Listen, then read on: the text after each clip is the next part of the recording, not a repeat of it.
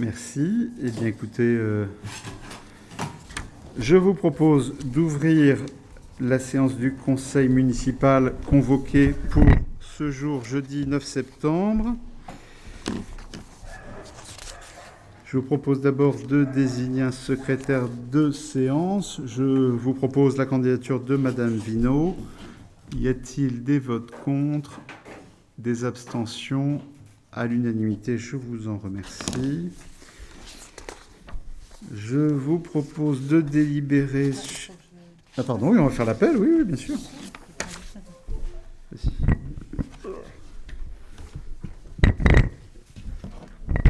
David Dintillac. Présent. Nathalie Vinault, présente. Thierry Réjal. Présent. Sandrine Magali-Belmain. Présent. Olivier Lavac. Présent. Pauline Cussot, pouvoir à Nathalie Vinault. Yves Fontane. Laure Aveline. Présent. David De Oliveira. Présent. Emmanuel Aladef. Présent. Damien Bordereau. Présent. Elisabeth Boyer. Présent. Didier Durand. Présent. Karine Jalanque, pouvoir à Monsieur Réjal. Laurent Achard. Irène Strajnik, pouvoir à Monsieur Lavac. Patrick Roth. Présent. Mélanie Moussour. Présent. Jean-Claude Barbès. Présent. Alexandra Busteau, pouvoir à Damien Bordereau. Patrick Gauthier. Présent. Chantal Pulic. Présent. Xavier Blondas-Gérard. Marie-Aline Achoug. Alain Duvivier. Présent. Camille Gire. Présent. Jean-Luc Perrin, pouvoir à Dominique Poulot. Dominique Véthez, pouvoir à Camille Gire. Dominique Poulot. Présent. Bien. Monsieur Blondas-Gérard. Présent. Bon, je vous invite à éteindre vos téléphones portables. Bien. Le premier point à l'ordre du jour est l'approbation... Pardon.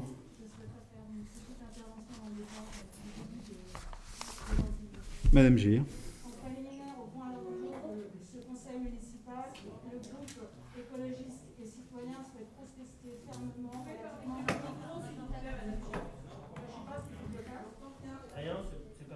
S'il vous plaît, à la régie, un micro pour Madame Gire.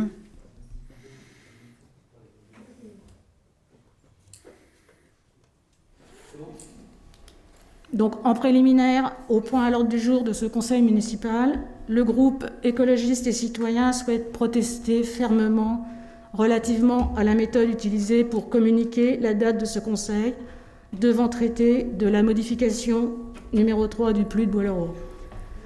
Le règlement intérieur du conseil municipal prévoit que la date du conseil municipal soit annoncée au conseil municipal précédent.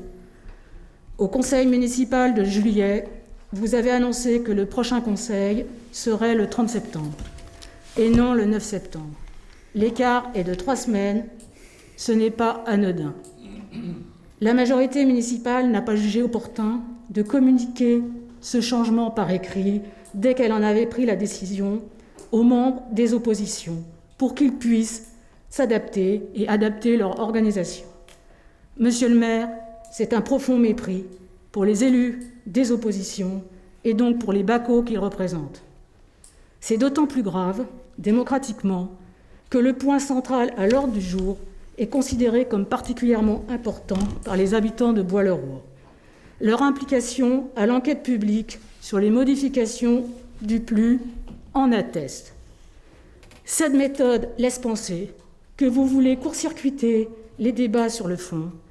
La conséquence immédiate sera l'accélération de circulation de rumeurs diverses et de déclarations infondées ou hors sujet.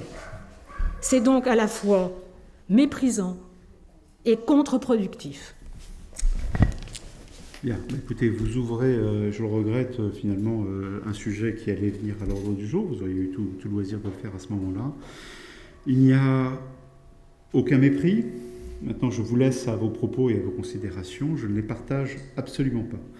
Il n'y a aucun mépris. Le sujet, nous avons souhaité que la modification du PLU, qui a fait l'objet de concertation, de débats et d'échanges depuis plus de 2 ans maintenant, qu'on manifeste l'importance de ce point en y consacrant l'intégralité d'un conseil municipal, en le faisant et en s'adaptant aussi à l'agenda des conseils d'agglomération. Je pense que, au contraire, en donnant cette importance à ce point, c'est la seule fois, je pense, depuis le début de la mandature, que nous consacrons un conseil municipal unique à un sujet aussi important. Nous lui manifestons de l'importance. Sur ce, donc, je propose de... Non, madame, il n'y a pas de débat. On va respecter l'ordre du jour. Vous pourrez intervenir sur le point tel qu'il sera présenté. Donc le premier point, c'est l'approbation du procès verbal du conseil municipal du 1er juillet, sur lequel je vous propose d'intégrer les modifications qui ont été proposées par Monsieur Perrin pour la liste écologiste et citoyenne. Donc avec ces modifications qui ont été communiquées à tous, est-ce qu'il y a des observations, questions ? Je vous propose donc de délibérer. Y a-t-il des votes contre? Des abstentions? À l'unanimité, je vous en remercie. Je vous informe aussi des décisions municipales prises par le maire, qui sont assez nombreuses depuis notre dernier conseil. Nous avons une décision pour un contrat de service pour le nouveau logiciel de gestion des ressources humaines, 2 décisions concernant les contrats pour des spectacles qui sont tenus dans le cadre des manifestations du Théâtre de Verdure, la Comédie du Bonheur et Roger Cactus en fanfare. Une décision pour la création d'une régie d'avance auprès de la Direction générale des services. La décision pour la fête nationale de souscrire un spectacle auprès un spectacle roue libre. Alors spectacle qui n'a pas pu se tenir au jour de la fête nationale, mais qui la troupe est venue animer le forum des associations. Une décision qui concerne la mise en place d'un concert de musique baroque Songe d'une nuit d'été dans le parc de la mairie. Une décision de céder un véhicule de la commune pour 100 € hors taxe, donc c'était pour se séparer de ce commune dans le cadre du renouvellement de la flotte, puisque nous sommes passés sur une flotte de véhicules électriques. La décision de demander, alors il y a 2 décisions de demande de subvention pour des tableaux, l'un qui représente un enfant et une vache, et l'autre qui représente un paysage hivernal. Demande faite auprès du département. Une décision qui concerne un contrat de service accompagnant l'acquisition d'un système de pointage. Ça, c'est quelque chose qui va se mettre en place et qui fait suite à la délibération, enfin à la décision de mettre en place les 1607 heures sur la commune. Un contrat d'architecture qui a été passé pour la création de 2 logements sur un bâtiment communal qui est situé à l'Aile de la Boissière. Un contrat de service tripartite avec SFR, donc c'est pour notre flotte mobile de la mairie. Une décision qui concerne la prise d'un contrat d'entretien des terrains de football. Alors un entretien qui passe en 0 phytosanitaire grâce notamment au travail de Mélanie Moussour, Emmanuel Adef et Damien Bordereau, que je remercie ce soir. Une décision qui concerne une mission d'assistance à maîtrise d'ouvrage pour le suivi du marché public de restauration collective pour les écoles.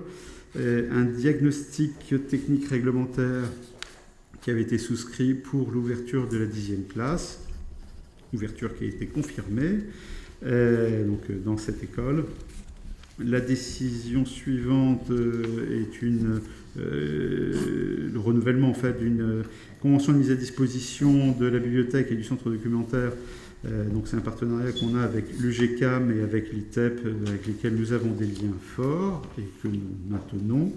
Une décision de mettre en place une régie d'avance auprès des services culturels de la mairie de Bois-le-Roi. Et voilà. Est-ce qu'il y a des questions, points sur ces décisions? Madame Gir. Au sujet de la décision 2021-33, quelle est la destination prévue pour les 2 logements qui sont créés par la réhabilitation d'une maison située à l'Aile de la Boissière? Et en attente de la réalisation des 2 phases de travaux, études et travaux, l'état actuel de la maison individuelle permet-il de répondre à des problématiques provisoires de logement d'urgence qui peuvent se poser sur Bois-le-Roi dès maintenant? Alors, à la deuxième question, Non, c'est pas possible. c'est pas possible. La maison est très vétuste. Parce qu'elle n'est pas restée. Elle est restée. C'est à cause des fuites? Pardon? C'est à cause des fuites? Elle n'est pas habitable. Elle n'est pas habitable. Même avec des travaux? Après, avec les travaux. Des travaux très importants. Pour le moment, c'est pas le cas. Et la destination, il faudra qu'on en discute, mais on n'ignore pas que, puisqu'on en a parlé le 1er juillet, que la commune est assujettie à des contraintes de logements sociaux. Donc ça peut être une piste ça nous permettrait de commencer à réaliser en 2022 l'objectif qui nous serait fixé. Donc c'est une piste qui est forcément à l'étude. Donc j'avais une question également sur la décision 2021-36 concernant le contrat pour le suivi d'un marché public de restauration collective. Je n'ai pas compris s'il s'agissait du suivi de la DSP actuelle avec Elior, oui, ou s'il s'agit d'anticiper le renouvellement d'un contrat avec une DSP nouvelle.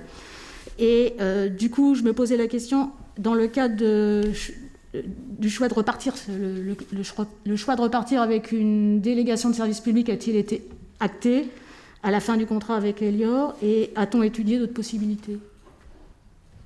Alors, je ne sais pas quel est. Je pense qu'on a encore pour quelques temps là sur la DSP. Enfin, le sujet là, c'est le suivi de la DSP actuelle. Tout à fait, c'est suivi de la DSP actuelle, c'est suite à la deuxième phase, et on va parler en commission scolaire début d'année 2022 les suites qu'on veut faire. Pardon. Donc DSP actuelle, et au terme des commissions scolaires et périscolaires dans le cadre de nos échanges, on parlera du contrat d'Elior et de la suite normalement au programme, on l'avait un peu planifié sur une commission début d'année 2022, février 2022. Non, parce que en fait, donc dans mon interrogation, c'était donc je pense que ça vaut le coup aussi de regarder d'autres pistes qu'une délégation de service public, et tout particulièrement vu la possibilité d'une régie intercommunale, vu que le projet de la communauté d'agglomération du Pays de Fontainebleau est de créer une cuisine centrale intercommunale avec des producteurs locaux, et pour favoriser. Donc c'est pour ça que j'étais un peu... Ouais, en fait, je m'interrogeais par rapport à ça. Voilà. En fonction de l'avancée du projet sur l'interco, on prendra des décisions, et donc ça fera l'objet de nos échanges sur début d'année 2022, mais pas qu'un seul, il n'y aura pas qu'une seule commission sur ce sujet-là. Vous me confirmez bien que ce n'est pas acté, que vous repartez avec une délégation de service public? D'accord, tout très bien, merci. Vous avez répondu à la question que j'avais anticipée sur la décision 2021-37 sur l'objet de la mission, donc j'ai plus de questions. Et j'ai juste une remarque, c'est qu'il y a 2 décisions 2021-38, donc j'imagine que la dernière est 39, c'est tout. Voilà, c'est une erreur de frappe qui sera corrigée. Bien. Eh bien écoutez, est-ce qu'il y a d'autres questions sur les décisions municipales? Bien, bah écoutez, je vous propose maintenant de passer au point unique de notre conseil municipal, qui est la modification numéro 3 du plan local d'urbanisme de la commune. De manière synthétique, l'objet de cette modification est double. 1, c'est un cadre de vie protégé, et 2, une commune vivante. Alors un cadre de vie protégé, elle est intégrée dans cette modification du PLU qui d'abord préserve l'ensemble des protections existantes, les espaces naturels, zones naturelles, les espaces boisés classés, etc. Toutes les protections qui sont inscrites dans le PLU actuel sont conservées. L'autre aspect est d'apporter de nouvelles protections supplémentaires. Protection de parcs et jardins remarquables à hauteur de 20 hectares supplémentaires. Pour donner une idée, c'est la surface du Champ de Mars, par exemple. La protection des bâtiments remarquables et notamment des affolantes de bord de Seine, du château de Sermaises, du château de Brol et de nombreuses villas 19e, 20e. Au total, ce sont 64 bâtiments et petits patrimoines qui sont protégés. Une protection des parcs et jardins et du patrimoine bâti qui s'est réalisée en s'appuyant sur le diagnostic architectural, patrimonial et environnemental qui avait été réalisé en 2013 par un collectif qui réunissait des architectes du patrimoine, des paysagistes et historiens du patrimoine, document qui est accessible à tous sur le site de la commune et que je vous invite à lire, bien entendu. Il y a aussi un point qui est là, rechercher à faciliter une commune vivante, comme nous l'aimons, et ça s'inscrit notamment dans le fait que nous inscrivons dans cette modification du PLU l'inscription d'une continuité d'activité commerciale dans le quartier de la gare, l'activité commerciale qui est un élément d'animation bien sûr de ce centre urbain et cette entrée de ville, et puis aussi en permettant la réalisation des équipements collectifs qui sont nécessaires à l'épanouissement des habitants de Bois-le-Roi, des salles de classe, puisqu'on voit que là on a installé une 10e salle de classe, mais peut-être que bientôt il en faudra d'autres, des équipements sportifs et culturels. Tout cela s'est réalisé dans le cadre d'une procédure ouverte et transparente.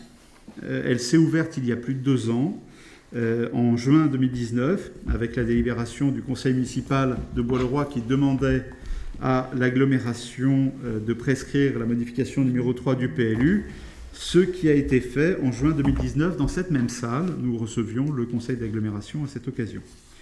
En janvier 2020, le projet a été présenté aux habitants dans le cadre d'une réunion publique qui ouvrait une phase de concertation préalable à l'enquête publique. Je le rappelle, c'est une phase qui n'est pas obligatoire au titre de la réglementation, mais qui a été mise en place pour favoriser les échanges et la bonne appréhension du projet par l'ensemble des habitants. En septembre 2020, donc après cette période de concertation, le conseil municipal et la communauté d'agglomération du Pays de Fontainebleau ont délibéré sur le bilan de cette concertation.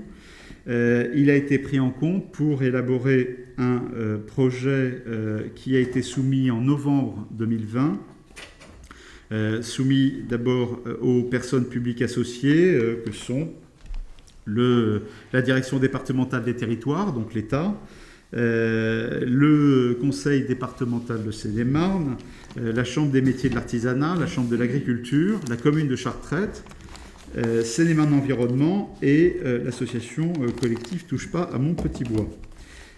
En janvier 2021, s'est ouverte une enquête publique qui a suscité de très nombreuses contributions des habitants. Il en est ressorti que le commissaire enquêteur a émis un avis favorable avec une réserve et une recommandation. Alors, je tiens à dire que cette concertation a apporté des améliorations réelles et elle a montré et manifesté vraiment son intérêt, tant lors de la concertation que de l'enquête publique, des échanges que l'on a pu avoir avec les habitants, avec les associations, avec toutes les personnes qui sont manifestées sur ce sujet. Cette mobilisation, elle est, d'abord, je dois le dire, extrêmement positive. C'est une force pour Bois-le-Roi. Elle a manifesté d'abord l'attachement des habitants à notre cadre de vie. Elle a fortement impressionné au niveau de l'agglomération et je ne manque pas de leur dire qu'il faudra tenir compte à l'avenir de cette mobilisation citoyenne. Ce sont des points qu'on a, par exemple, vraiment cherché à appuyer dans le cadre de la charte du PLUI en faisant inscrire le principe de la co-concertation et de la co-construction et de la concertation avec les habitants. Ce que je tiens à dire, c'est que tout au long de cette procédure, les habitants donc, ont apporté des contributions, des améliorations, et même jusqu'après l'enquête publique, nous avons travaillé avec certaines associations, le collectif du Petit Bois, l'association Bois-le-Roi Environnement, avec le bureau d'études, voilà, pour prendre en compte un petit peu les différents éléments. Et le projet qui est proposé ce soir au vote du conseil municipal intègre un certain nombre de ces demandes formulées lors de l'enquête publique, dont les associations se sont fait l'écho lors de nos rencontres, parmi lesquelles notamment la suppression du périmètre d'attente d'un projet d'aménagement global, le PAPAG, qui est sorti donc de cette modification du PLU, l'extension du périmètre de protection des parcs et jardins remarquables et des bâtiments remarquables. Il y en a certains qui ont été ajoutés. Des protections supplémentaires qui ont été apportées sur des parcelles communales. Un travail qui s'est fait tout en respectant l'équilibre du projet nécessaire après l'enquête publique, puisque après l'enquête publique, il ne nous est plus possible de réaliser des modifications qui remettent en cause l'économie générale du projet, donc d'entrer de nouveaux sujets qui n'avaient pas été évoqués et qui n'étaient pas dans le corps du projet de modification, de réaliser des modifications sur des parcelles privées sans que les propriétaires se soient manifestés dans le cadre de l'enquête publique. On a vu par exemple des demandes de rendre inconstructibles des surfaces importantes de la commune de Bois-le-Roi. Nous avons expliqué que nous avions une obligation de loyauté et que même si ces éléments avaient été présentés dans le cadre de l'enquête publique, il ne nous était pas possible de les imposer à des habitants sans qu'ils en aient été avertis au préalable. Et l'autre point qui est important pour nous aussi, là aussi dans l'esprit d'une commune vivante, c'est de ne pas empêcher la réalisation des extensions ou de la construction des besoins d'équipement de la commune. Là encore, les débats du Conseil nous rappellent régulièrement que Bois-le-Roi est en attente de ces besoins. Je vous ai fait mettre sur table un document qui est une carte et qu'il est utile de bien s'approprier. On la mettra à disposition, bien sûr, aussi de l'ensemble des habitants. On a demandé à ce qu'elle soit extraite. C'est une carte qui fait apparaître l'ensemble des protections qui existent en intégrant les protections actuelles et les protections du PLU, de la modification que nous proposons d'intégrer, qui manifestent bien, dans lesquelles on voit bien les protections existantes et les protections ajoutées. Dans les éléments de texte qui sont indiqués, vous voyez apparaître donc les protections du patrimoine en vigueur, du PLU en vigueur, et les protections du patrimoine paysager ajoutées dans le cadre de la modification du PLU. Les parcs et jardins remarquables, donc 22,7 hectares supplémentaires. Vous voyez, j'étais resté à 20 hectares, en fait on est à 22,7. Les espaces boisés classés qui ont été rajoutés, 2,7 hectares supplémentaires. Les terrains cultivés à protéger. Les murs de clôture, les alignements d'arbres, les arbres isolés protégés dans le cadre de l'EBC et les patrimoines architecturaux identifiés. Donc ça, c'est une carte qui permet de mesurer un petit peu l'ensemble des protections qui sont portées sur Bois-le-Roi. De temps en temps, on s'inquiète, mais il est important de savoir qu'il y a quand même un certain nombre de périmètres qui font l'objet de protection, et ces protections sont renforcées dans le cadre de la modification qu'on vous présente ce soir. Parmi les modifications supplémentaires, alors elles ont été synthétisées, elles apparaissent dans les documents qui vous ont été communiqués, notamment il y a une page qui les rassemble, qui reprend donc les protections complémentaires qui ont été apportées suite à l'enquête publique, avec notamment, et c'est un point important auquel on est attaché, qui est la protection du parc des Chardonnerets, sur lesquels a été implantée donc une protection au titre des parcs et jardins remarquables, et une protection de 3 arbres qui ont été protégés comme espaces boisés classés isolés, avec notamment le séquoia toujours vert. Alors ils ont mis géant, mais c'est un séquoia toujours vert qui est d'ores et déjà identifié sur les listes d'arbres remarquables du département.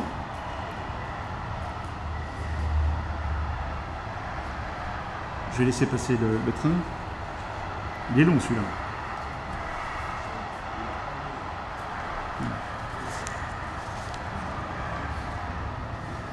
Il n'en finit pas.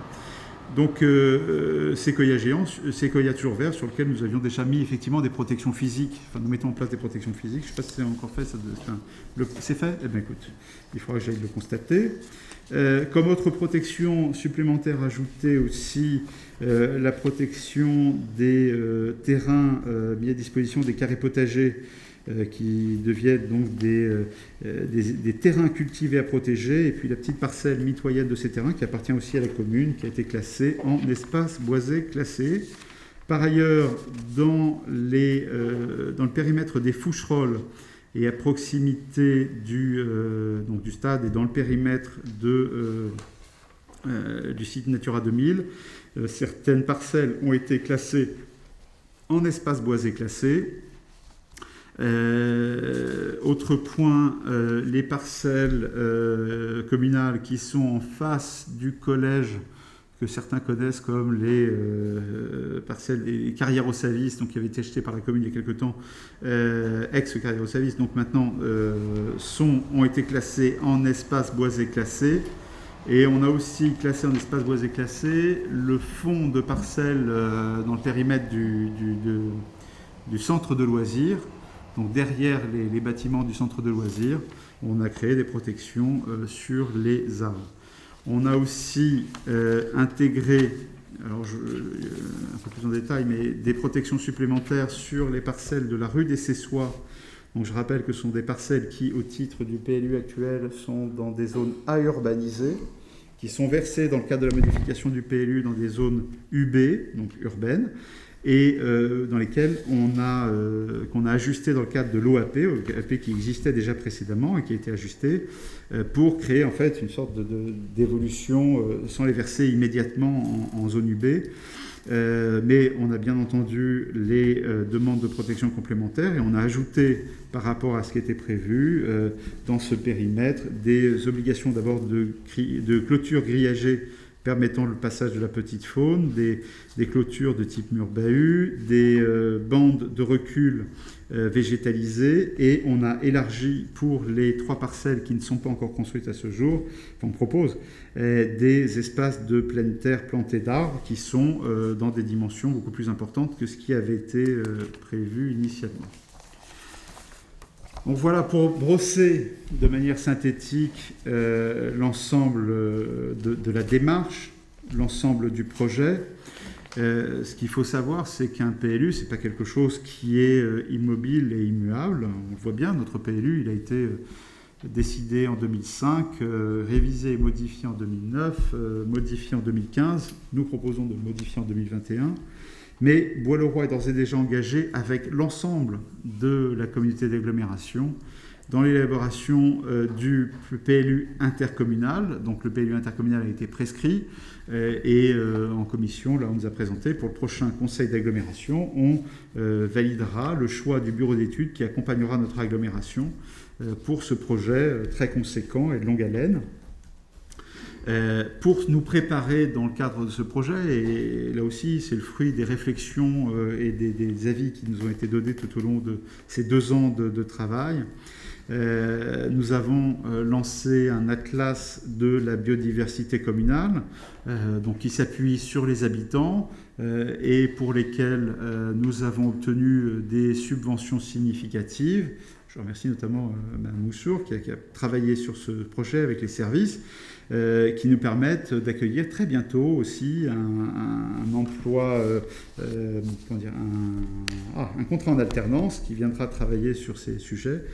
Et donc, bien sûr, cet atlas de la biodiversité, il est lancé pour nous permettre de mieux connaître et de mieux identifier la biodiversité au sein de la commune et pour préparer les perspectives de l'élaboration du PLUI, se donner des bases pour intégrer ces protections de la biodiversité dans le cadre du PLUI.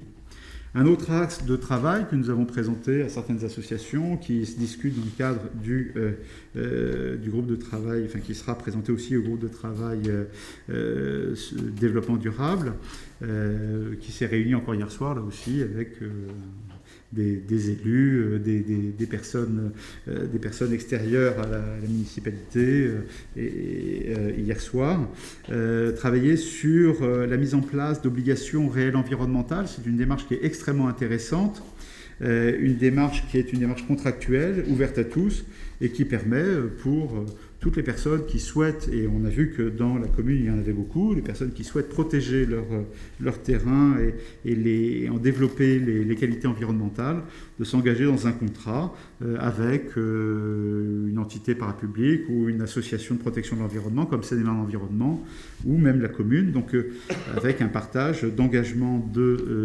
d'amélioration sur ses propres parcelles et d'accompagnement dans ces démarches. Donc là aussi quelque chose que nous voulons valoriser et sur lequel nous réfléchirons aussi sur des parcelles communales. Mais bien entendu, je ne peux pas conclure, il faut aussi que l'ensemble de ces réflexions soit nourri d'abord sera nourri aussi, le PLUI, par le plan local de l'habitat, le PLH, qui est en cours d'élaboration au sein de la CAPF sur l'ensemble du territoire. Et bien entendu, il faudra aussi prendre en compte dans ces réflexions les obligations de la loi SRU qui impose un taux de 25% de logements sociaux sur la commune depuis le 1er janvier 2021, ce dont nous avions échangé lors du conseil municipal du 1er juillet. Donc voilà la présentation que je souhaitais faire, bien entendu. Si vous avez des points, si vous souhaitez vous exprimer. Personne ? On passe au vote ? Pardon. Monsieur Duvivier. J'espère que vous m'entendez bien. Voilà, Monsieur le maire, Mesdames, Messieurs les conseillers municipaux, nous sommes réunis ce soir à la demande de Monsieur le maire pour voter la modification numéro 3 du plan local d'urbanisme qui va engager Bois-le-Roi pour des années. La majorité a publié une première version d'un document intitulé « Modification numéro 3 du PLU » qui a débouché sur une enquête publique en début d'année. Cette enquête a permis la consultation de la population qui s'est largement mobilisée pour donner son avis sur ce document. 507 contributions ont été recensées par le commissaire enquêteur, rédigées par des particuliers, des associations et même des avocats. C'est une participation exceptionnelle, comme l'a écrit le commissaire enquêteur, qui ne donne pas seulement la mesure de l'intérêt pour le sujet de nos concitoyens, mais surtout leur désir d'être écoutés et aussi leur inquiétude. Il a ces mots, 84% des intervenants placent le respect de la biodiversité en tête de leurs préoccupations face à la densification. Il ajoute, 83% considèrent que le village s'est largement densifié avec les règles du PLU actuel et qu'augmenter à marche forcée cette densification serait une erreur irréparable. Il a utilisé ce terme, irréparable. L'accélération de la densification urbaine, conséquence de multiples éléments de ce projet de modification de PLU, n'est pas en phase avec les attentes des BACO. Il faut le dire clairement, la densification n'est le souhait d'aucun habitant. C'est ce qui a si fort étonné le commissaire, c'est ce calme et cet art de vivre à Bois-le-Roi. Monsieur le maire, dans votre lettre datée du 19 avril, vous écrivez « La seule préoccupation qui nous anime avec la majorité municipale est la préservation du cadre de vie qu'offre Bois-le-Roi à ses habitants. » Et pourtant, les BACO lisent le contraire dans la modification numéro 3 du PLU et ont commenté cette contradiction au sein des plus de 1000 pages qu'ils ont rédigées. Monsieur le maire, comment comprenez-vous une telle contradiction ? Les BACO et les BACO ne savent pas lire ? Ou sont-ils sous le joug d'émotions qui leur retirent tout entendement ? Monsieur le maire, il ne suffit pas d'affirmer une chose pour qu'elle existe. Et les BACO se sont aperçus de vos contradictions. J'estime cependant, dit le commissaire enquêteur, que ce projet de modification numéro 3 du PLU doit être sérieusement amendé, laissant entendre, devant l'ampleur des changements à entreprendre, pour faire correspondre les modifications du PLU aux attentes de la très grande majorité des BACO. Car un certain nombre d'articles de la modification numéro 3 va permettre cette densification urbaine, et c'est de cela dont il faut débattre ce soir, comme le préconise le commissaire enquêteur. Je vous invite à réfléchir tous au fait qu'il a été désigné par l'administration et qu'il est impartial, qu'il a rencontré les habitants, qu'il a discuté avec eux, qu'il s'est félicité que de nos jours, des gens puissent exprimer leurs inquiétudes et leurs désaccords d'une manière ferme, mais courtoise et sans agressivité. Mais il y a plus inquiétant. Il n'y a pas eu de réunion de commission d'urbanisme avec les élus de l'opposition sur cette dernière mouture. Vous avez continué, monsieur le maire, à modifier ce document en vase clos, sans participation des élus de l'opposition, qui, je vous le rappelle, représentent près des 2/3 des votants lors des dernières élections. Des élus, monsieur le maire, légalement mandatés. Malgré ces conditions jupitériennes qui interrogent, vu l'ampleur du sujet, les BACO doivent savoir que leurs associations se sont empressées de rédiger des amendements en toute hâte. Le groupe Réussir Ensemble avec les BACO a fait de même. Pourquoi, après 2 ans de travail, imposer un délai de 2 jours pour répondre à plusieurs centaines de pages d'une nouvelle mouture aussi complexe et vaste et qui engagera Bois-le-Roi pour des années? Car il faut rappeler aux BACO que le PLU voté ce soir par le conseil municipal deviendra ce soir l'unique référence pour l'urbanisme. On oubliera les interventions des habitants, leurs craintes, leurs demandes. Seul cet écrit donnera la possibilité aux promoteurs de transformer notre commune, fort de votre PLU voté aujourd'hui par la majorité municipale. Monsieur le maire, nous vous demandons avec insistance de ne pas traiter les BACO de cette manière désinvolte. Vous avez été élus pour les représenter tous. Nous sommes dans une instance représentative et quand les citoyens s'expriment, nous avons le devoir de les écouter. Nous ne voulons pas de polémique, de débats stériles faits de postures, de rhétorique sempiternelle que les BACO entendent depuis 2 ans. Le sujet mérite mieux. Nous voulons que toutes les demandes d'amendements déposées, tout comme celles qui émaneront des débats de ce soir, fassent l'objet d'échanges auxquels pourront assister nos concitoyens, ici présents ou devant leur écran. Je vous remercie pour votre attention. Bien. Il est important d'apporter, j'entends votre expression, elle est légitime, vous êtes dans votre rôle. Je souhaite apporter quelques précisions qui sont importantes malgré tout. D'abord, vous citez abondamment le rapport de l'enquête publique. C'est que dans la citation de ce rapport de l'enquête publique, de temps en temps, il faut voir ce qui sont les propos de l'enquêteur public et ce qui sont les propos qu'il a recueillis. Donc, quand vous parlez de son objectivité, du fait qu'il a été désigné par l'extérieur et qu'il est objectif et qu'il est garant de d'une certaine neutralité, j'entends tout ce que vous m'indiquez, mais vous omettez un point qui est quand même important, c'est que, fort de cette neutralité, de cette objectivité, il a émis un avis favorable sur le projet de modification du PLU. Maintenant, laissez à croire que le débat a été ouvert il y a 1 semaine. C'est là, je trouve, qu'il y a un certain mépris. Le débat ne s'est pas ouvert il y a 1 semaine. Le débat s'est ouvert il y a 2 ans. Quant aux dernières modifications qui ont été apportées, alors moi aussi, je vais citer quelqu'un. Je vais citer M. Gauthier. Nous étions réunis ensemble en commission d'urbanisme de l'agglomération. Le sujet de la modification du PLU a été abordé et je dois dire que j'ai reçu ces félicitations, ce dont je me suis réjoui.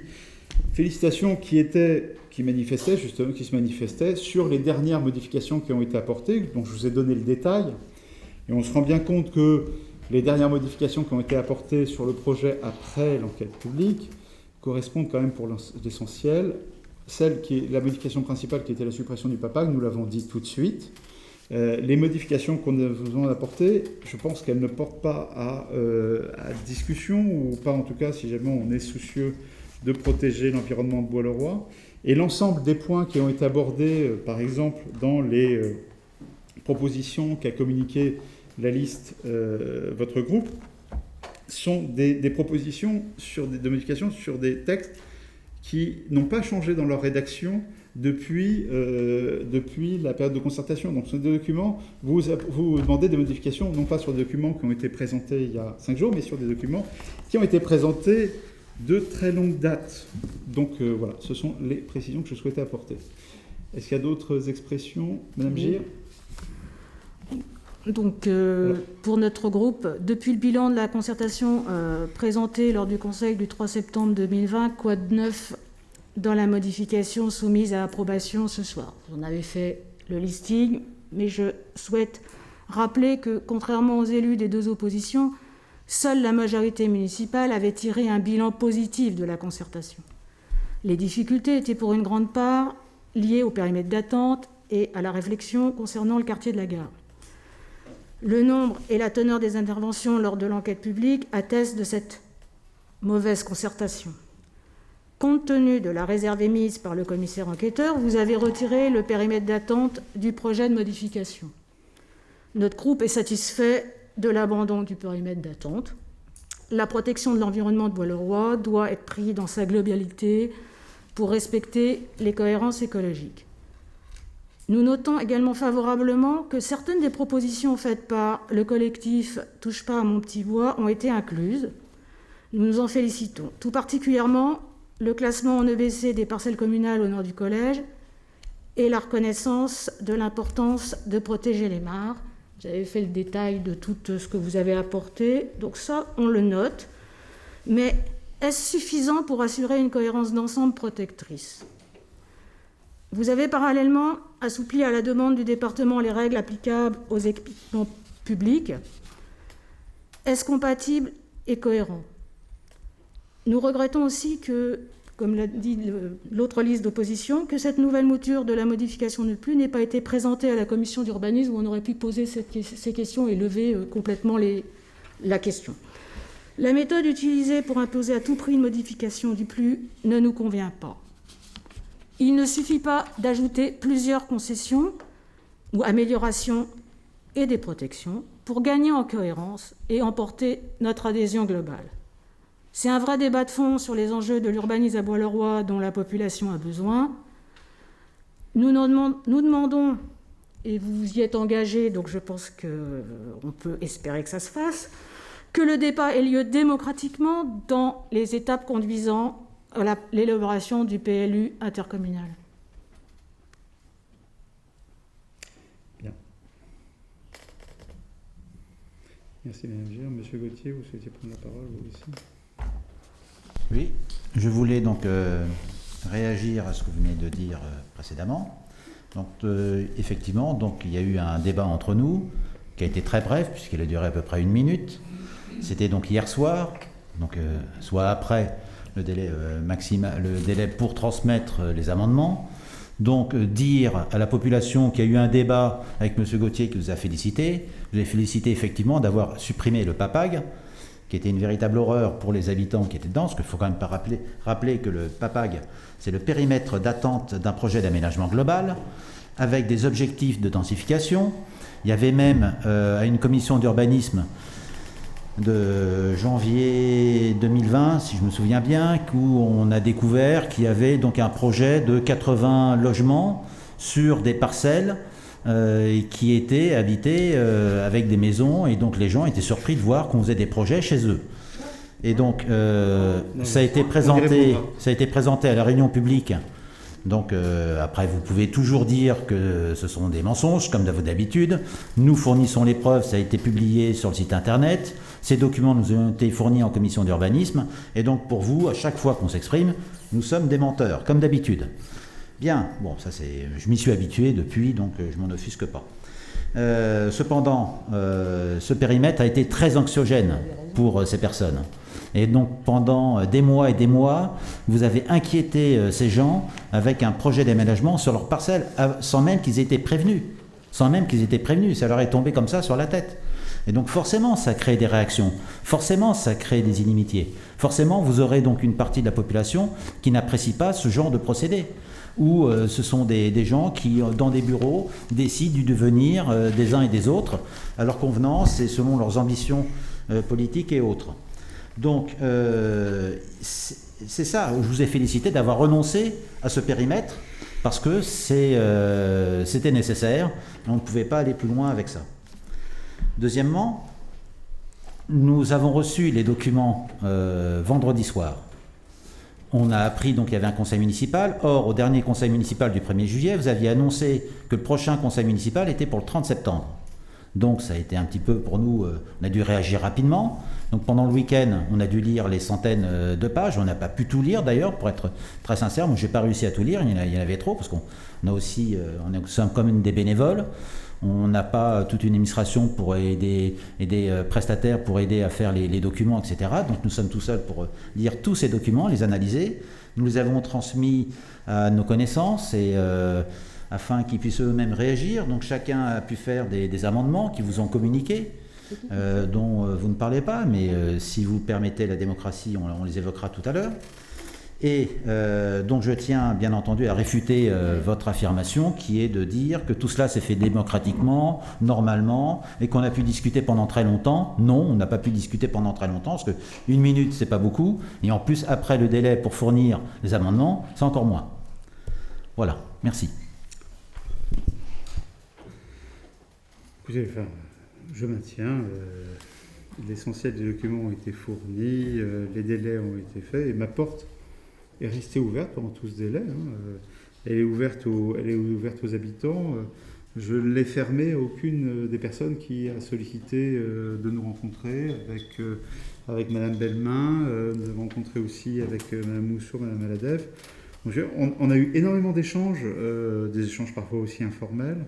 Et là-dessus,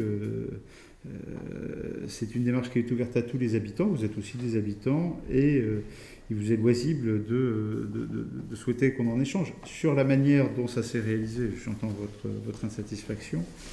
Je pense que, là encore, on s'est donné beaucoup d'éléments. Après, je ne vais pas revenir sur un certain nombre de sujets. Les 80 logements, on n'a jamais eu de projet de 80 logements. Ce qui était inscrit, c'était un risque. C'était d'identifier que sur ces terrains, sans une protection particulière, il y avait un risque, ils étaient susceptibles, avec un promoteur, d'y construire 80 logements dans les règles du PLU actuel. Et c'était ce contre quoi on souhaitait se prémunir. Là encore, par contre, là où je suis d'accord avec vous, c'est que les débats qui ont entouré le PAPAG ont suscité beaucoup d'inquiétudes, effectivement. Après, quant à savoir qui les a suscités, j'ai mon avis, vous avez le vôtre, et je pense qu'on n'est pas d'accord. Mais en tout état de cause, il a suscité des inquiétudes, et bien entendu, il nous a semblé nécessaire de le retirer pour ne pas rajouter de l'inquiétude aux BACO et les apaiser, sachant que nous n'avions aucun projet particulier. Donc le PAPAG n'avait pas d'autre objet que de protéger, mais n'étant pas compris et suscitant une inquiétude, il était nécessaire de le retirer. Est-ce qu'il y a d'autres... Alors, effectivement, Monsieur Gauthier, vous nous avez présenté... Alors, est-ce que ce sont des amendements? Enfin, ce n'est pas vraiment un amendement, c'est des propositions de modification. Je ne sais pas comment vous souhaitez les aborder. Moi, je vous avoue que je les ai trouvés, alors, comme vous dites, vous avez travaillé rapidement dans des délais courts et c'était pas très accessible et pas très compréhensible. Enfin bon, moi, j'ai fait mon analyse sur ces différents points. Je ne sais pas comment vous souhaitez les présenter. En tout cas, je vous laisse la parole pour le faire. Donc, je tenais également à ajouter, concernant tout votre discours sur les protections, que pendant les commissions de développement durable, il a été évoqué le parc des Chardonnerets, on a évoqué également d'autres aspects, mais il y a par exemple dans le parc des Chardonnerets, où il a été négocié donc avec le Petit Bois, de protéger une partie et de rendre constructible l'autre. Et donc je voulais savoir, avant tout, quels étaient vos projets de construction sur le parc des Chardonnerets, puisqu'il y a à peu près un tiers du parc qui doit être, comme l'a dit Madame Vino, qui doit être construit. Donc, je n'ai absolument pas dit ça, Monsieur Gauthier. À aucun moment je n'ai dit ça. Vous avez dit tout ce qui n'était pas protégé, c'était pour construire. Non, j'ai dit qu'on se laissait la possibilité de le faire. Jamais qu'on allait construire maintenant. On n'a pas de projet dessus, vous le savez très bien. Je pose la question officiellement. Monsieur Gauthier, je vais répondre à votre question. D'abord, une imprécision dans votre propos, volontaire, mais je souhaite la dénoncer. On n'a pas rendu aucune surface constructible sur le parc des Chardonnerets. On a laissé en l'état une partie des surfaces, mais on n'a pas rendu constructible. On n'a créé aucune surface constructible dans le cadre de cette modification du PLU. On ne crée aucune surface constructible. Là aussi, il faut être très clair. Maintenant, on a protégé seulement une partie du parc. Une partie, vous en avez le plan, il vous a été présenté, c'est la partie la plus importante. Mais ce qu'on a dit aussi, c'est que dans les modifications qu'on réalisait, il ne fallait pas obérer et empêcher les possibilités de construction et d'extension de bâtiments pour répondre aux besoins des habitants. Parce qu'aujourd'hui, voilà. Et c'est un autre point que vous avez évoqué d'ailleurs, dans vos amendements, vous dites qu'il ne faut pas faire de règles d'exclusion pour les bâtiments collectifs. Mais les bâtiments collectifs, c'est quoi? C'est des écoles pour nos enfants, c'est des salles de sport pour nos sportifs, ce sont des salles d'enseignement artistique pour nos enfants et nos amateurs des arts. C'est tout ça, les équipements collectifs. Donc aujourd'hui, dire il faut surtout plus laisser aucune surface de construction, il faut empêcher les constructions collectives, il faut aller jusqu'au bout des choses, expliquer aux habitants que votre intention et les amendements que vous nous proposez sont de ne plus construire et d'empêcher et de continuer à mettre des entraves sur les constructions collectives. D'autant que vous laissez à croire qu'on a ouvert complètement, on a fait, sur cet aspect-là, on a fait 2 exclusions qui sont sur les implantations par rapport aux voies et par rapport aux limites séparatives. On n'a pas fait d'exception de hauteur, on n'a pas fait d'exception d'augmentation de surface constructible et d'emprise au sol. Donc finalement, on a fait des petites modifications, mais voyez, dès qu'on essaye, pour faire une commune vivante, de se donner les moyens de construire les équipements que M. Perrin nous réclame à toute force lors des conseils budgétaires, que tout le monde réclame sur Bois-le-Roi, vous nous dites qu'il ne faut pas le faire. Vous voulez mettre des entraves. Eh bien écoutez, voilà, ça c'est un point aussi d'opposition forte que nous avons avec vous. Madame Achouk. Je peux me tromper, mais je ne crois pas qu'il ait jamais été dit, en tout cas je ne l'ai jamais entendu, qu'on ne voulait plus de construction collective. Ce qu'il a été dit, c'est qu'il fallait obliger les constructions collectives à respecter les mêmes règles pour le public. Je suis bien placée pour le savoir, les enfants de Bois-le-Roi, dans les classes de Bois-le-Roi, ce qu'ils aiment à dire aux camarades, c'est qu'ils travaillent en pleine forêt. C'est des viarons qu'on veut, et même des maternelles. Mais Tra est presque trop minéral pour Bois-le-Roi. Donc venez pas nous dire qu'on voudrait que les enfants vivent dans le béton, ou qu'ils n'aient pas de classe, et qu'ils soient 60 par classe. Ça n'a jamais été notre intention. Nous demandons simplement que les règles qui s'appliquent au privé s'appliquent également au public. Et que les bâtiments publics soient insérés dans les espaces boisés, comme le reste. Oui, non mais c'est une intention, une belle intention. Le travers, c'est celui que je vous indiquais. Alors après, même si ce n'est pas votre intention, c'en est le résultat.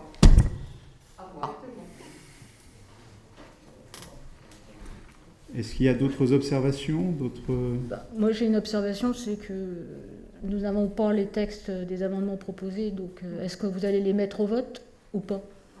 Alors, je ne sais pas, je pensais que M. Gauthier les avait transmis à l'ensemble du conseil municipal. En tout cas, moi, je ne les ai pas reçus. On ne les a pas reçus. Donc, si vous pouviez nous les transmettre, parce que nous, on a un peu du mal à suivre la discussion. Alors, comme je vous l'ai indiqué... Sauf si on ne les met pas à l'ordre du jour, à ce moment-là... Madame, là-dessus, moi, ce n'est pas un amendement au sens propre du terme, ce sont des propositions de modification du texte. Donc ça me paraîtrait intéressant qu'elle soit lue pour que nous puissions comprendre de quoi on parle. Monsieur Gauthier, je vous laisse le présenter. Alors, donc, concernant les articles UA6, UA7, UB6, UB7, donc, comme la disait Madame Achoug, nous demandons donc la suppression de la phrase où il dit qu'il n'est pas fixé de règles pour les constructions et installations nécessaires au service public ou d'intérêt collectif. Pour les articles UA12 et UB12 concernant le stationnement, il est donné, en fait, il y a une contradiction, parce que dans ces articles, au début, il y a des obligations de mettre des stationnements, et avec des quotas par surface, etc. Et ensuite, il est écrit, il n'est pas exigé de place de stationnement pour les destinations suivantes, commerce, artisanat, industrie, hébergement, hôtelier, bureau ou service public ou d'intérêt collectif. Bon, il est clair qu'il faut prévoir des stationnements pour que les activités puissent recevoir de la clientèle, des usagers, et donc il est important pour cela donc, de conserver ces possibilités de stationnement. Ça permet donc un meilleur fonctionnement des infrastructures, et les commerçants ont besoin d'avoir des possibilités de stationnement pour leur clientèle pour pouvoir survivre. Concernant l'article UA13, donc les espaces libres et plantations, oui. Non, pour les nouvelles constructions.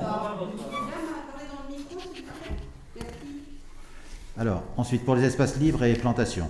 Donc, il est écrit qu'une majorité de ces arbres devrait être conservée dans la marge de reculement. Nous voudrions remplacer majorité par totalité. Pourquoi couper jusqu'à la moitié des arbres? Voilà, je ne vois pas de nécessité, il faut les protéger. Les arbres existants situés à moins de 2 mètres de la clôture sur la voie publique ou d'un sentier pourront être conservés. Donc là, on devient écologique, effectivement, on s'autorise le droit de ne pas avoir à couper tous les arbres. Bon, ben, moi je dis, il faut conserver les arbres. Vous avez par exemple en commission de développement durable, vous avez au tout début, la première commission de cette mandature, il y avait un objectif de baisse de l'empreinte carbone de 20%. Je pense qu'il est important de mettre en place dans le PLU, même si ça n'est pas... vous avez déclaré à Bois-Laurent Environnement que l'arbre n'avait pas à être intégré ou protégé dans le PLU, d'après ce qu'on a lu. Donc, non, Monsieur Gauthier, s'il vous plaît. Attendez, laissez-moi terminer. Monsieur Gauthier, je vais vous demander une chose, c'est que vous ne rapportez pas des propos que j'aurais dit, pas à vous, par oui dire. On ne peut pas dire qu'on n'a jamais dit qu'on ne protégeait pas l'arbre. Bien au contraire, on a toujours dit qu'on protégeait les arbres dans ce PLU. Je rappelle que l'arbre, il a une position centrale dans le PLU. Il est cité à 103 reprises dans le document. On ne l'a pas oublié, on s'en préoccupe, on est très soucieux des arbres. Donc, juste sur ce point-là, laissez pas à croire qu'on se préoccupe pas des arbres. On s'en préoccupe 103 fois dans le document du PLU. Je vous prie de continuer. Donc, nous proposons de remplacer pourront par devront. Voilà. Donc, en fait, il faut ne pas donner la possibilité de pouvoir couper des arbres pour un oui, pour un non.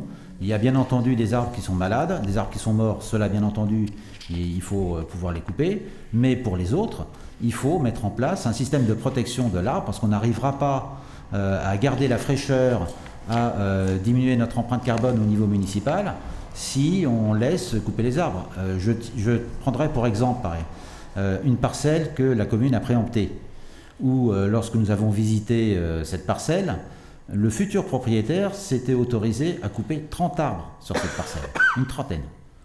Et donc, vous voyez qu'il faut vraiment agir, et sans compter, bien entendu, tous les cas qui ont été signalés par des associations, comme Bois-Laurent Environnement, comme le Petit Bois, Touche pas à mon Petit Bois, qui ont fait, en commission de développement durable, c'était hier aussi, donc avait fait un compte de tous les arbres qui étaient coupés sur la commune.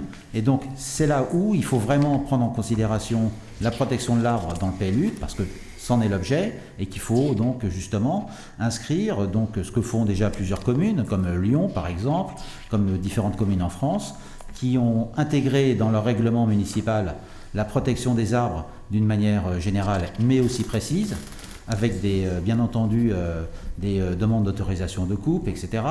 Et certaines même ont intégré une charte de l'arbre qui permet justement à la fois de comprendre et de régir en fait le respect des arbres sur une commune. C'est notre intérêt par rapport justement aux contraintes du réchauffement climatique et par rapport également au cadre de vie auquel les bacos sont très attachés. Voilà.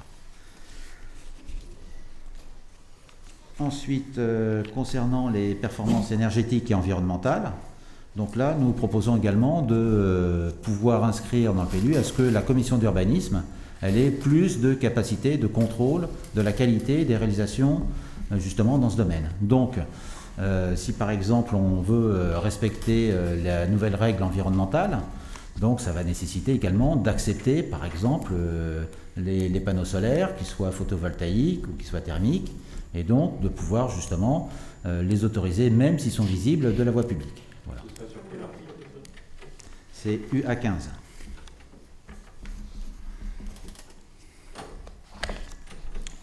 Voilà, donc ça c'était donc pour les amendements que nous avions pu transmettre avant lundi midi, puisque c'était la date qui nous était donnée avec la délivrance donc l'annonce donc du conseil municipal d'aujourd'hui. Ensuite, il y a eu donc d'autres amendements qui ont été transmis par des associations. Alors je ne sais pas si vous voulez que je puisse les présenter. Attendez, de quoi on parle là ? Il y a par exemple le comité de sauvegarde du quartier de la gare de Bois-le-Roi qui a présenté. Non, on ne va pas l'évoquer, non. va pas l'évoquer. Bon, ben, dans ce cas-là, non. Moi, c'est une association que je ne connais pas, qui est jamais venue se vous la présenter, connaissez très bien. qui envoie des textes anonymes. Donc moi, c'est une association. C'est pas du tout anonyme. C'est pas du tout anonyme. C'est absolument anonyme. Vous avez un nom sur les documents? Oui, c'est en haut à gauche, c'est le nom de l'association avec la date. Non. Allez, donc non, on n'évoquera pas ce sujet-là. Bien, en avant la démocratie. Mais en avant la démocratie. Alors, Monsieur Desolivier.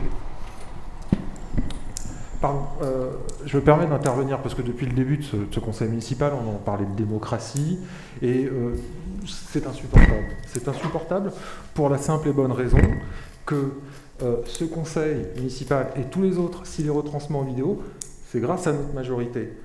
C'est grâce à notre majorité qu'il y a plus de transparence sur ces conseils municipaux. Le projet de PLU, il n'y a pas de projet plus démocratique ou plus participatif. Ça fait 2 ans qu'on discute entre nous. Vous venez ici en nous disant on n'a pas été prévenus ou les associations ne peuvent pas. Les associations, depuis quand les associations peuvent poser des amendements au conseil municipal? Ça n'existe tout simplement pas. Donc ne nous dites pas la démocratie ça. Il y a, on vous l'a déjà répété, il me semble, dans plusieurs conseils, que c'est pas un forum, c'est pas une agora, c'est un conseil municipal avec ses règles et on doit les respecter. C'est tout. C'est aussi simple que ça. Et je rajouterais quand même pour la bonne langue que j'ai été ravi d'échanger avec quelques habitants qui étaient venus se rassembler, mais je suis surpris quand même du procédé qui a conduit à les rassembler, un procédé que vous avez porté, Monsieur Gauthier, avec l'ensemble des membres de votre groupe, d'ailleurs, bien sûr, sauf à ce qu'ils se désolidarisent sur ce point-là, mais ils nous le diront.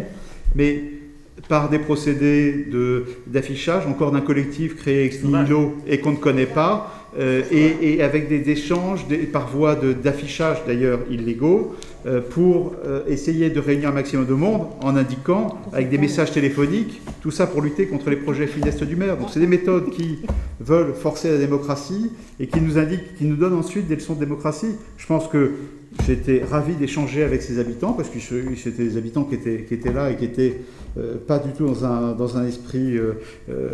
certains étaient assez remontés, mais voilà, je l'ai fait. Mais je suis assez choqué du procédé. Maintenant, si jamais certains de votre liste s'associent à ce projet ou s'en désolidarisent, qu'ils s'expriment. Mais bien sûr, monsieur. J'imagine. Si les gens veulent faire partie d'un collectif...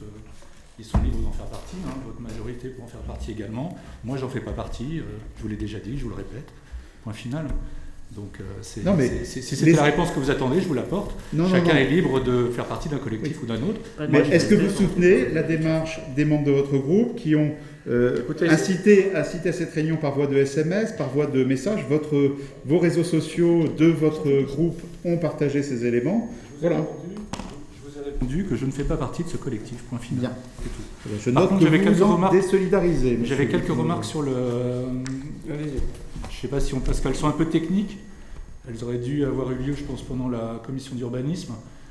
En particulier par rapport à l'OAP. Je me demande s'il n'y a pas une erreur sur la marge de reculement qui est inscrite dans le document écrit par rapport à au document qui nous a été fourni, puisqu'on parle de 6 mètres puis de 15 mètres. Donc j'ai l'impression que cette modification que vous avez ajoutée, et tant mieux, n'est pas dans le règlement écrit. Elle est dans le document graphique, il y a un document spécifique de l'OAP, il est indiqué sur un document graphique qui est extrêmement clair. Non, un document graphique spécifique que vous trouverez dans les documents, vous avez ici, voilà. Oui, tout à fait, mais pourquoi il y a une page qui est consacrée. Oui, mais je vous remercie, mais pourquoi ce n'est pas écrit dans le règlement, écrit au niveau de l'OAP numéro 1? Il n'y a marqué que 6 mètres. Eh bien, parce que les éléments se complètent. Donc, on devrait faire appel, on devrait mettre en annexe, on devrait préciser qu'en annexe, le dessin, le schéma correspondant est indiqué. Mais c'est votre sentiment. Comment? C'est votre sentiment. Oui, c'est la cohérence, c'est la logique, c'est tout.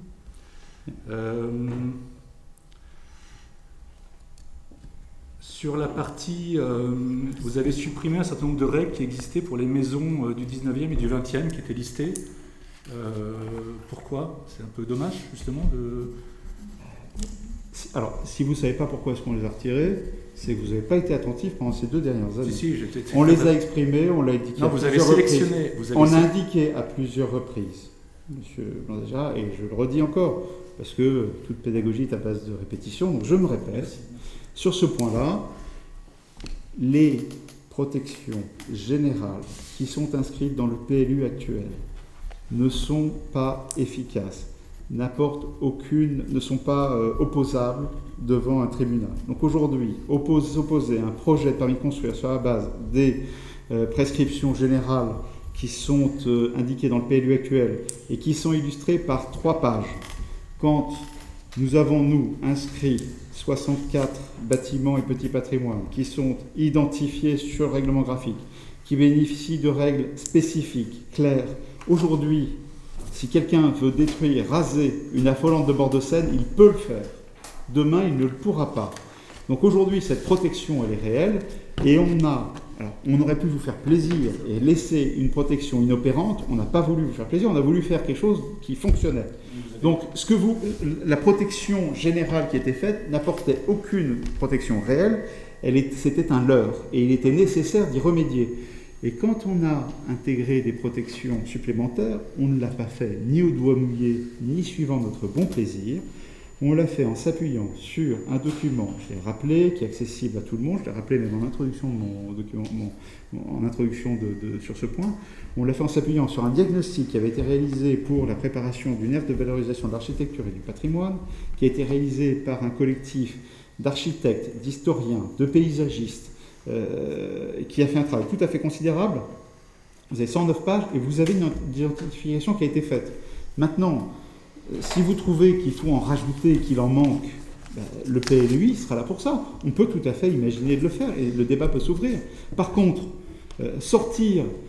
considérer que ce n'est pas un vrai progrès, soit vous vous trompez vous, soit vous trompez les autres. Je ne dis pas que c'est un vrai progrès, je dis qu'on ne connaît pas les critères objectifs de sélection de ces... lisez le document, 109 pages, ils sont listés, ils sont indiqués. Donc pour le PLUI, je suppose qu'on pourra rajouter d'autres bâtiments également, voilà, puisque vous nous dites qu'il n'est pas arrêté. Mais toute liste, par principe, toute liste est incomplète. Oui, toute liste est incomplète. On n'a pas du tout la prétention d'avoir fait quelque chose de parfait, mais on s'est appuyé sur les éléments qu'on avait et qui nous ont permis de le faire de manière objective. J'ai une dernière question qui m'a été posée,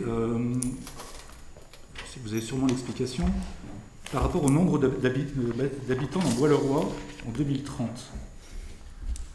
Dans le document, sur la page 29, la densité humaine, il est indiqué 8086 habitants et emplois, alors que, donc ça c'est en 2030, et en 2013, 5600 habitants et 1415 emplois. Donc dans les 8086, comment vous splittez les habitants et les emplois ? Vous auriez dû lire, monsieur, les réponses qui ont été données au commissaire enquêteur sur ce point. Ils sont dans son rapport, et en annexe de son rapport. Est-ce que vous pouvez me les rappeler ? On a apporté toutes les précisions. Eh bien, écoutez, je vais vous relire ces éléments.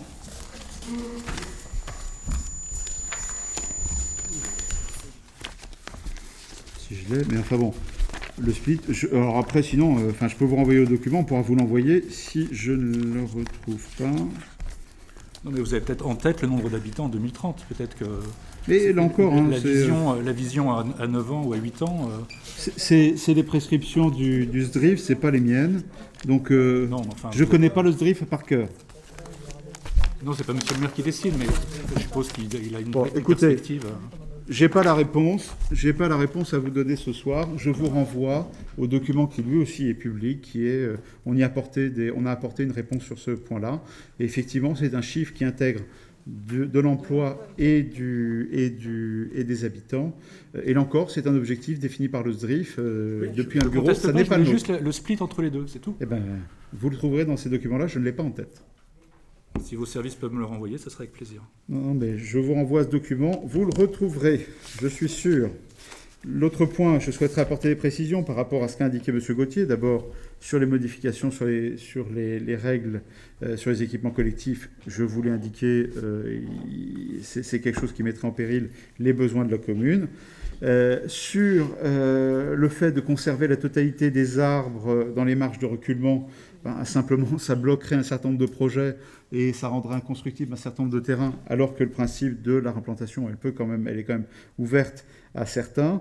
Quand vous évoquez le fait qu'on autorise à conserver quelques arbres situés à moins de 2 mètres des clôtures, je vous rappellerai que c'est le Code civil qui interdit le fait d'avoir des arbres de plus de 2 mètres à moins de 2 mètres d'une clôture et qu'on y a créé une exception. Donc on ne peut pas faire une exception générale au Code civil, vous nous en excuserez. Interdire les coupes de tous les arbres, moi je pense que c'est une démarche qui doit faire l'objet d'un débat et qui ne peut certainement pas se trancher ce soir. Je rappelle que les arbres qui sont en EBC, dans les zones EBC, doivent faire l'objet d'une déclaration préalable et d'une autorisation qui d'ailleurs n'est pas donnée par la commune. Donc ils sont soumis à autorisation, on peut les surveiller. Quand il y a des coupes qui se font dans le cadre des constructions, elles doivent faire l'objet de replantation. Et c'est une obligation. Donc si jamais ce n'est pas dans le permis de construire, le permis de construire n'est simplement pas autorisé. Quant aux normes environnementales que vous évoquez, j'entends tout à fait ce que vous m'indiquez. Là, vous proposez qu'on réintègre ces normes environnementales. D'abord, il y a des normes environnementales qui sont inscrites dans le PLU, mais ce qu'il faut savoir aussi, c'est que ces normes environnementales, elles relèvent d'autres codes, d'autres réglementations que l'urbanisme, et qu'elles s'imposent, quel que soit notre PLU. Donc en fait, rappeler des normes qui s'imposeront de toute manière à tous, n'a pas d'utilité. Et puis, je vais redire une chose, parce qu'on a reçu encore des écrits, d'ailleurs l'ensemble des conseillers les ont reçus aussi, et je souhaitais y répondre, quand on nous indique qu'on a modifié le PLU pour permettre de construire sur des terrains attenants à des voies privées.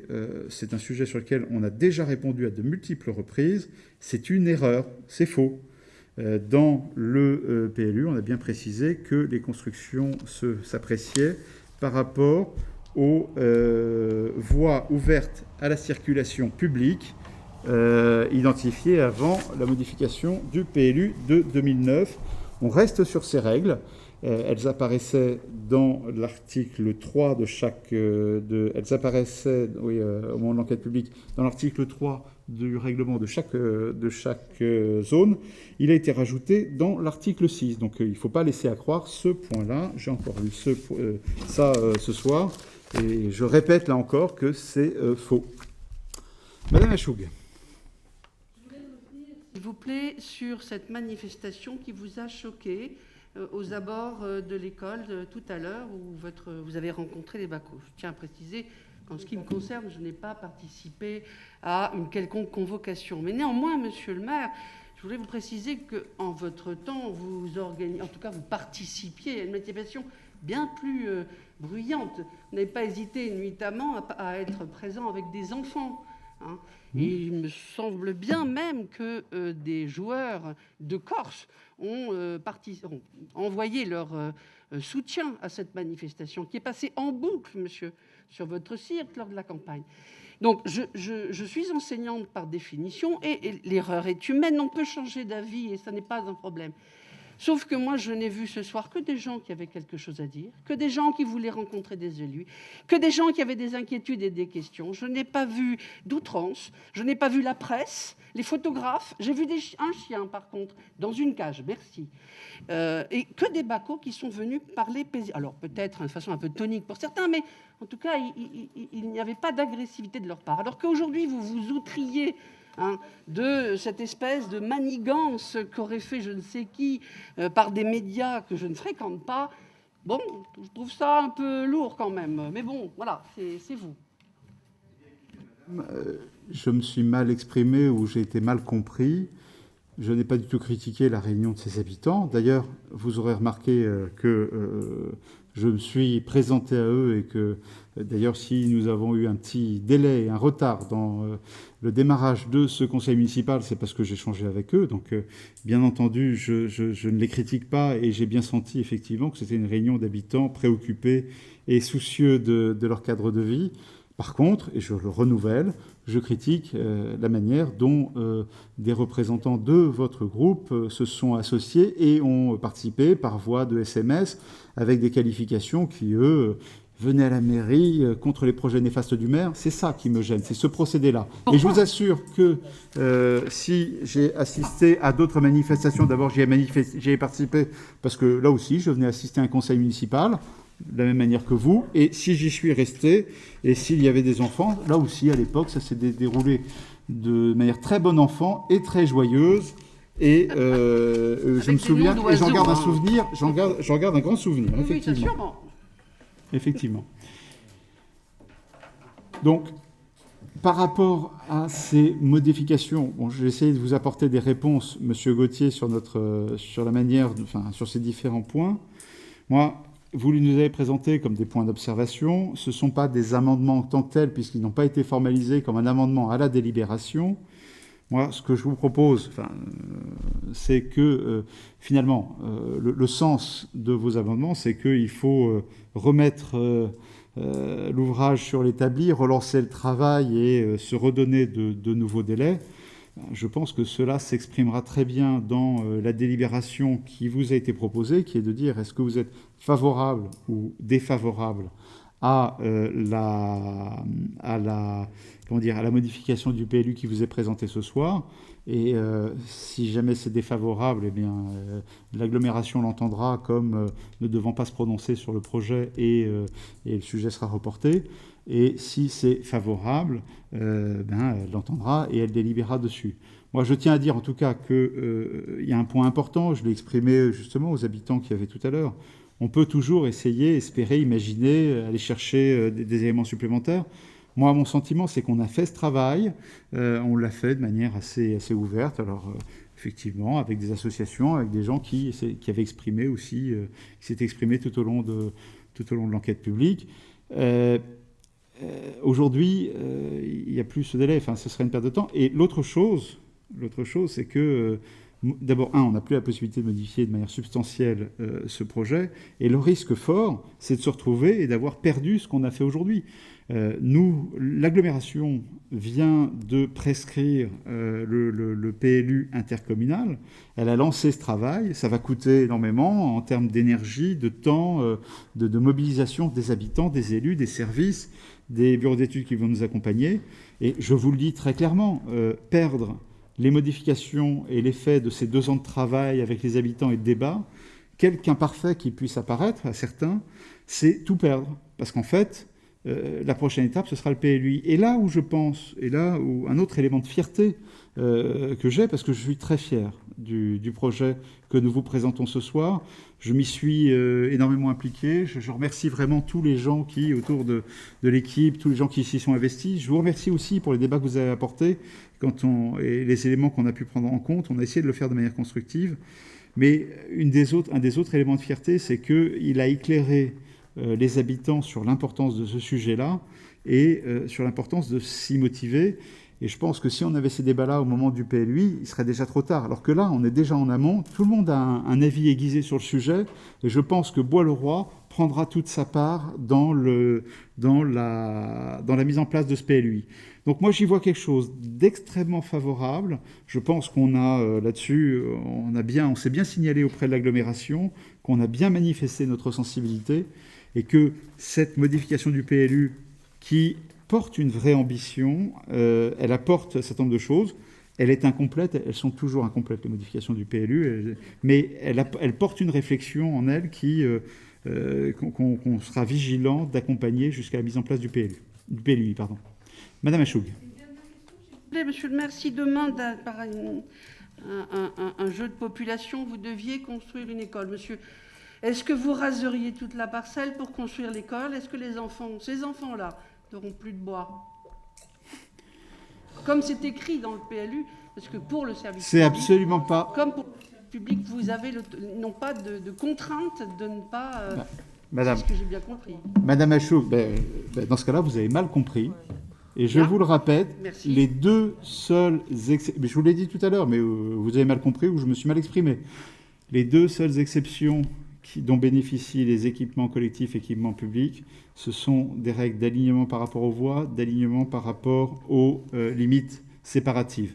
Aujourd'hui, l'intégration des bâtiments, la conservation des arbres, on y est attaché, on y est très attaché.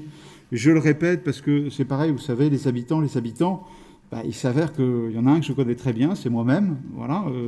Et l'histoire que j'ai en revenant à Bois-le-Roi, j'ai été très sensible. Moi, je suis rentré, ma fille venait on habitait en région beaucoup plus proche de Paris.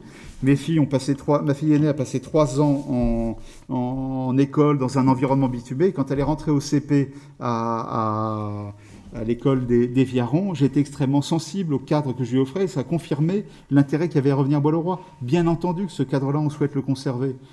Enfin, je veux dire, votre question, malheureusement, elle est absolument ridicule. Dont acte, monsieur. Bien.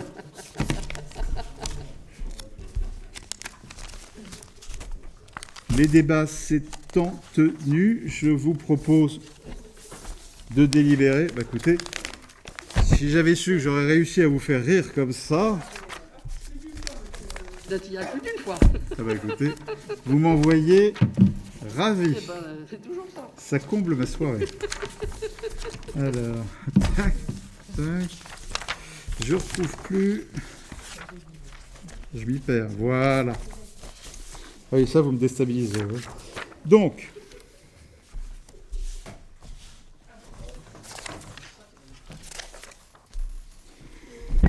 Bien, donc je vous propose de passer au vote et de la délibération suivante. Vu le Code général des collectivités territoriales, vu le Code de l'urbanisme et plus particulièrement les articles L153-36 et suivants, vu les articles R104-8 et R104-9 du Code de l'urbanisme portant sur les évolutions environnementales des PLU, vu la loi numéro 2015-366 du 24 mars 2014 pour l'accès au logement et un urbanisme rénové, dite loi Allure, vu l'arrêté préfectoral du 19 décembre 2016 portant création de la communauté d'agglomération du pays de Fontainebleau à compter du 1er janvier 2017, vu la délibération du Conseil communautaire en date du 29 juin 2017 approuvant les nouveaux statuts de la communauté d'agglomération du pays de Fontainebleau, vu le schéma directeur régional de l'Île-de-France, SDRIF, approuvé le 27 décembre 2013,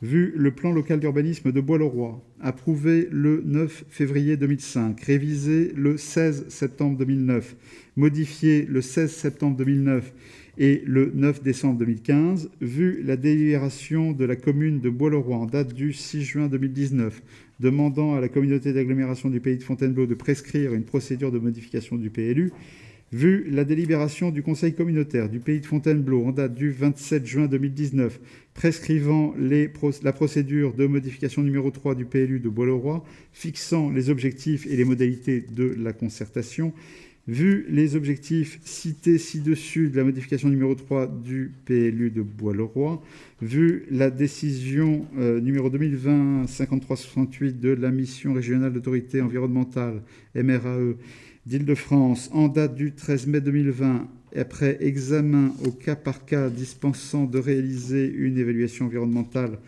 de la modification numéro 3 du PLU de Bois-le-Roi, vu le bilan de la concertation tiré au conseil municipal de Bois-le-Roi du 3 septembre 2020 et au conseil communautaire du 10 septembre 2020, vu les avis des personnes publiques associées, la Chambre des métiers et de l'artisanat sans observation, la Chambre d'agriculture sans observation, la commune de Chartrette, avis favorable, la direction départementale des territoires, avis favorable sous réserve, le conseil départemental de Seine-et-Marne, avis favorable sous réserve, Seine-et-Marne Environnement sans observation, collectif Touche pas à mon petit bois, avis défavorable, vu la décision en date du 17 septembre 2020 du premier vice-président du tribunal administratif de Melun désignant M. Jean-Pierre Marjollet en qualité de commissaire enquêteur, vu l'arrêté 2020-050 en date du 30 novembre 2020 du président de la communauté d'agglomération du pays de Fontainebleau soumettant à enquête publique le dossier de modification numéro 3 du PLU de Bois-le-Roi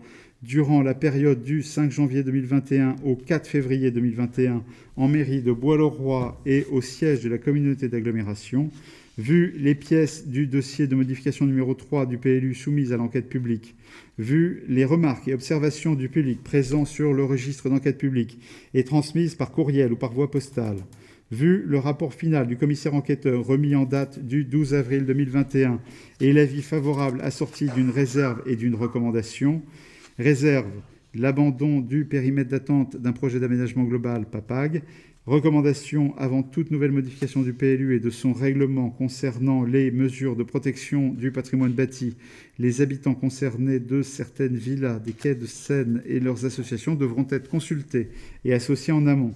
De même pour les propriétaires des plus beaux édifices du quartier de la Gare dont l'inventaire demande à être parachevé.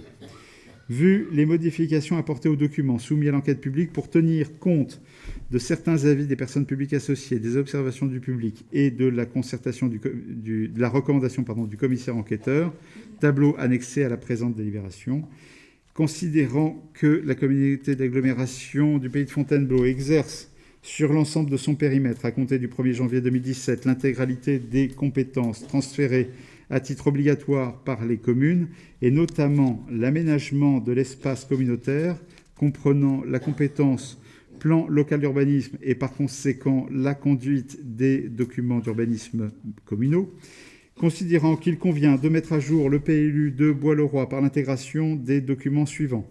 Le plan des servitudes d'utilité publique, le plan de zonage eaux usées et pluviales, du schéma directeur d'assainissement approuvé le 10 décembre 2020, les plans des réseaux d'eau usagée et d'eau potable, la délibération du Conseil communautaire du 10 septembre 2020 instituant l'obligation de déposer une déclaration préalable pour tous travaux de clôture, la délibération du Conseil municipal de Bois-le-Roi du 4 juin 2020 soumettant les divisions volontaires de propriété foncière en application de l'article L 421-4 du Code de l'urbanisme dans les zones NA, NB, NC et ND à l'intérieur des terrains cultivés à protéger identifiés au PLU, considérant que les évolutions apportées au dossier de modification numéro 3 du PLU annexé à la présente délibération pour tenir compte de certains avis et observations émis sur le dossier, ne remettent pas en cause l'économie générale du plan local d'urbanisme, considérant que le projet de modification numéro 3 du plan local d'urbanisme de Bois-le-Roi, annexé à la présente délibération, est tel qu'il sera présenté au Conseil communautaire pour approbation conformément à l'article L 153-43 du Code de l'urbanisme. Je propose de voter pour donner un avis favorable au dossier de modification numéro 3 du PLU d'urbanisme, si annexé, qui sera soumis prochainement à l'approbation du Conseil communautaire, et de prendre acte des évolutions apportées au dossier de modification numéro 3 du PLU soumis à enquête publique. Sans que je lise l'ensemble des points qui se répètent par rapport à la présentation. Donc, sur cet avis favorable, y a-t-il des votes contre? Donc,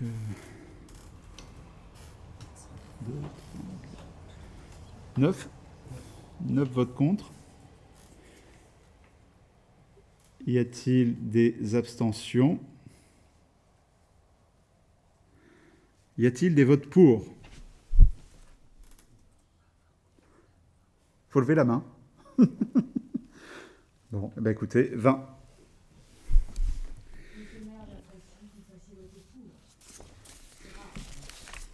Le sujet comme quoi c'est possible. était important. Eh bien, écoutez... Ça veut dire que d'habitude, c'est pas important? Le sujet était particulièrement important. Eh bien, écoutez, je vous remercie pour l'approbation de cette délibération qui sera transmise à l'agglomération du Pays de Fontainebleau qui délibérera sur la modification du PLU lors de son prochain conseil.